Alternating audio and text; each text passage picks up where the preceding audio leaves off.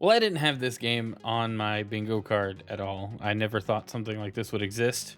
Let's talk about Arzette, the Jewel of Faramore, for a few minutes. Full disclosure, I was given a review key through Keymailer and Limited Run Games, and so thank you for the opportunity to play the game, and I appreciate it. Let's get into the game.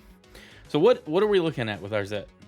It's an homage to the CDI Nintendo games. Zelda, The Wand of Gamelon, Link, The Faces of Evil, and yes, even Hotel Mario is represented here, surprisingly. What I think the big takeaway, what everybody is going to want to experience are the cutscenes, because that's what we all know, right? I haven't played a CDI ever. I know of these games because of the internet, and now because of the memes and the just whole YouTube subculture that has emerged from these kinds of games. And now we have a legitimate modern retro take on that era. You know, something that probably should have stayed forgotten. But man, this game surprised me. Okay, so first off, the story is hilarious. Well written, really funny, like timing, like comedic timing is really good. The jokes are hilarious. The way that they've written every one of the characters to just be kind of a goofball, with the exception of Arzette, who is mostly serious and just like trying to get the thing done, and everyone else is just silly and has their own ambitions, and it's just it's funny to me. I found the writing really entertaining. Voice acting is very good. I maybe some people might not like it. I thought that the acting was very well done. It's hilarious. It was clear, and the voices all matched like the characters, and it's just the lines are delivered so well, and the roles were cast and acted very well.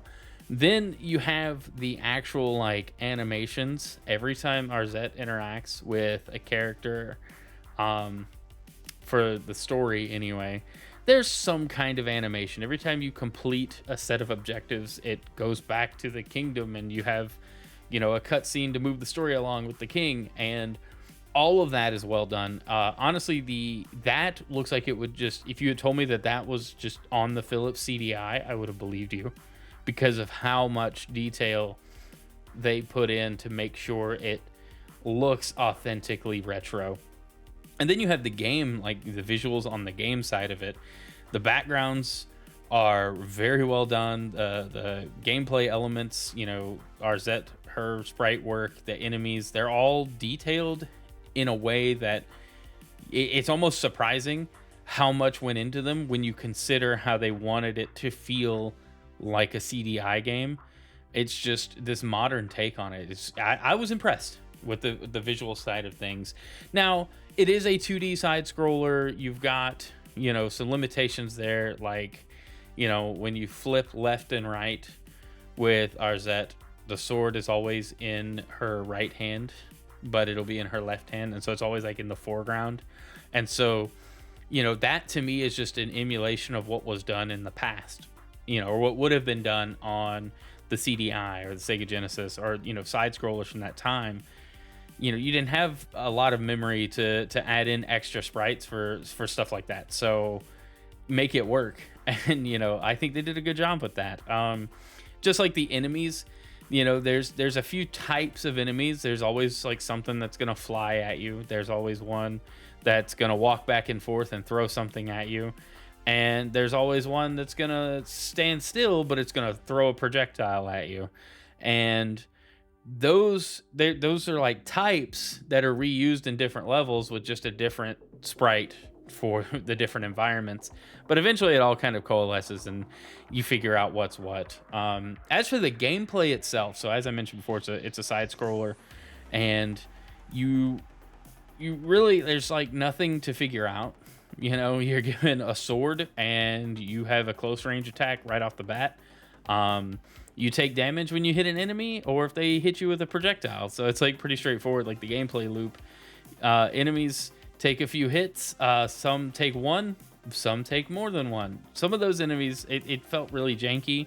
at first, but they have like invincibility frames after they get hit, where you can't just keep wailing on them. You have to wait for like their frames to cool down, and then you can hit them again. And that plays into the strategy somewhat. There are boss fights where the attacks are a lot more dynamic. They're a lot more complicated than the basic enemies in the levels, but nothing was overtly challenging once you just kind of figured out, how to not die, which is don't get hit a whole lot. There were a few parts in the game where there were some like surprising pits of death that didn't look like it would be there, but it just kind of felt like, oh well, that's just them replicating how janky the source material for them was, and I don't think there's anything wrong with that. So I think that was cool. The environments, like the levels, like the variety is really good. You have just your basic tropes from gaming. There's like a ice level, a lava level, a water beach level, the woods, a swamp. They're pretty standard, and they're fun to explore. There's a lot of verticality to some levels, which is surprising. It's not what I expected, but I didn't have like a set of expectations. I was just wanting to experience the game, so I went in really blind. I watched a trailer and just didn't look up a whole lot else, and just enjoyed it. I really like the fact that like you find items just kind of naturally. Like it feels like, oh, I was just kind of seeing what was in this level, and I found an item that can now unlock something 2 levels ago, or in the main village in the castle town or whatever, and I can go explore that now and go see what's there. But nothing is like this grand puzzle that you have to try to figure out. I think the term Metroidvania Light applies really well here, because you find items and health upgrades and things to make the game a little easier and unlock more stuff, but you're not having to like remember a big path or a giant map. You just got to go, oh, where's the next level that I could maybe find something in? You go to it, you find what you need, and then once you're pretty confident you found everything, which it gives you a little checklist of the main things in every level you can find. Once you're done with that, I mean, you're done with the level for the most part. There's some side quests interacting with characters that's really fun. They give you additional items and stuff, but the core gameplay, just getting out, get into a stage, go and explore the stage, get enough of you have these like candles you need to collect to unlock boss fights or certain areas. Go find the candles, then move on to the next thing. The game does a really good job at showing you that you're gonna need to come back here with an upgrade, or you're gonna get an upgrade in this particular level to move you forward for the rest of the game. And I appreciate that. Like, again, this game, it's just so amazingly simple that it's I guess simple is the wrong word. It's a very focused game. They knew exactly it feels like they knew exactly what they were building and what they wanted to do, and executed it without trying to be like super innovative and try to come up with like a wild new gimmick for a platformer or a side scroller or an action game. And instead just kind of made something that felt retro. It felt familiar, but was still new. And I just appreciate that. So there's not anything else really like this right now. And I think that's what makes it special. And I did, in my time with the game, I beat it in one stream in about 4 hours. And by beat, I mean saw the beginning and the end, and the stuff in the middle. I didn't do all of the side quests. We didn't 100% complete the game, but we finished the game. And that's what I needed to do. I needed to be able to see, enjoy the game. I'm good with it. I'm probably not going to go back and explore more of it, but I feel satisfied with how that game turned out. And so I would recommend it to anybody that's looking for a retro styled game. If you like platformers, if you like comedy, if you like just that era, just check it out. It's a fun game.